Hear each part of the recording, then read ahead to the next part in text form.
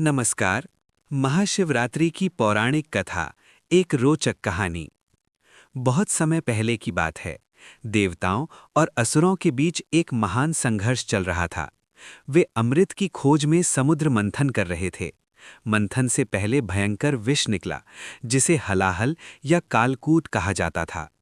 ये विष इतना शक्तिशाली था कि पूरा ब्रह्मांड जलने लगा। देवता घबरा गए और भगवान विष्णु की शरण में गए। लेकिन विष्णु जी ने कहा, ये विष केवल भगवान शिव ही सहन कर सकते हैं। सभी देवता कैलाश पर्वत पर पहुंचे और शिव जी से प्रार्थना की। शिव जी ने दया करके उस विष को अपने कंठ में धारण कर लिया। विष इतना तेज था कि शिव जी का गला नीला पड़ गया, इसलिए उन्हें नीलकंठ कहा जाने लगा। इसी रात को महाशिवरात्रि के रूप में मनाया जाता है, जब शिव जी ने जगत की रक्षा की। लेकिन ये कहानी का सिर्फ एक हिस्सा है। आइए आगे सुने। उस रात जब विष का प्रभाव कम करने के लिए शिवजी ध्यान में लीन थे, देवी पार्वती उनके पास आईं। पार्वती जी, जो हिमालय की पुत्री थीं, शिवजी से विवाह करना चाहती थीं। लेकिन शिवजी वैरागी थे, ध्यान और तपस्या में लीन। पार्वती जी ने कठोर तप किया, वर्षों तक उपवास रखा और शिवजी को मनाया। आखिरकार महाशिवरात्रि की इसी पवित्र रात को शिवजी और पार्वती जी का विवाह हुआ। विवाह की रस्में बड़ी धूमधाम से हुईं।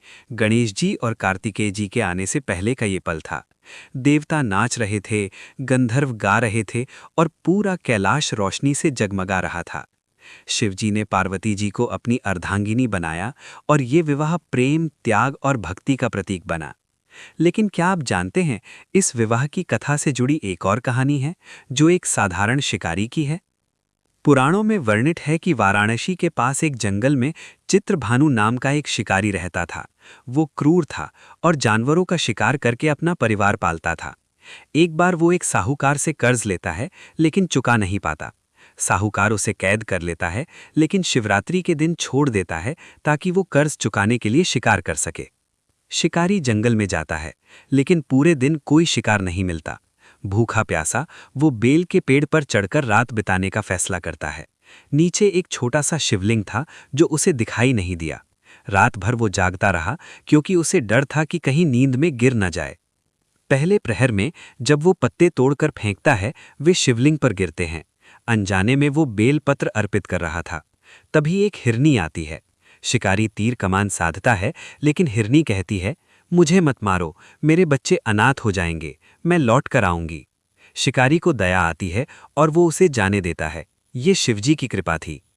दूसरे प्रहर में हिरनी का पति आता है और वही प्रार्थना करता है। शिकारी फिर दया दिखाता है। तीसरे प्रहर में हिरनी के बच्चे आते हैं और वे भी जीवन मांगते हैं। शिकारी का हृदय पिघल जाता है।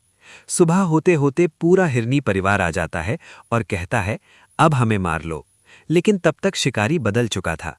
रात भर का उपवास, जागरण और बेलपत्र का अर्पण, अनजाने में उसने महाशिवरात्रि का व्रत कर लिया था। शिवजी प्रसन्न हुए। उन्होंने चित्रभानु को दर्शन दिए और कहा, तुम्हारे इस अनजाने व्रत से तुम्हारे सारे पाप मिट गए, तुम्हें मोक्ष प्राप्त होगा। चित्रभानु का अगला जन्म राजा के रूप में हुआ और वो हमेशा शिवरात्रि का व्रत रखता रहा।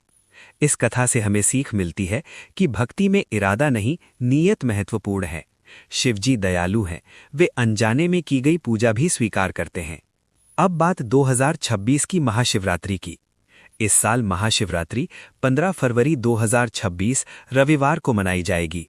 पूजा का शुभ मुहूर्त निशीत काल में है, रात 12:59 से 1:01 तक, 16 फरवरी की सुबह तक। रात्रि के 4 प्रहरों में पूजा करें। पहला प्रहर शाम 6:11 से, दूसरा प्रहर रात 9:23 से, तीसरा प्रहर रात 12:35 से, चौथा प्रहर सुबह 3:47 से। व्रत रखें, शिवलिंग पर दूध, बेलपत्र और धतूरा चढ़ाएं, जागरण करें, भजन गाएं, शिव पार्वती के विवाह की कथा सुनें और याद रखें, शिवजी की कृपा से असंभव भी संभव हो जाता है। ओम नमः शिवाय। इस कहानी से हम समझते हैं कि महाशिवरात्रि क्यों मनाते हैं। विषपान की रक्षा के लिए, विवाह की खुशी के लिए और भक्ति की शक्ति के लिए। हर साल इस रात शिवजी की ऊर्जा पृथ्वी पर उतरती है। व्रत करने से पाप मिटते हैं और मनोकामनाएं पूरी होती हैं। उम्मीद है आपको ये वीडियो अच्छा लगा होगा। तो लाइक करें, शेयर करें और कमेंट करें।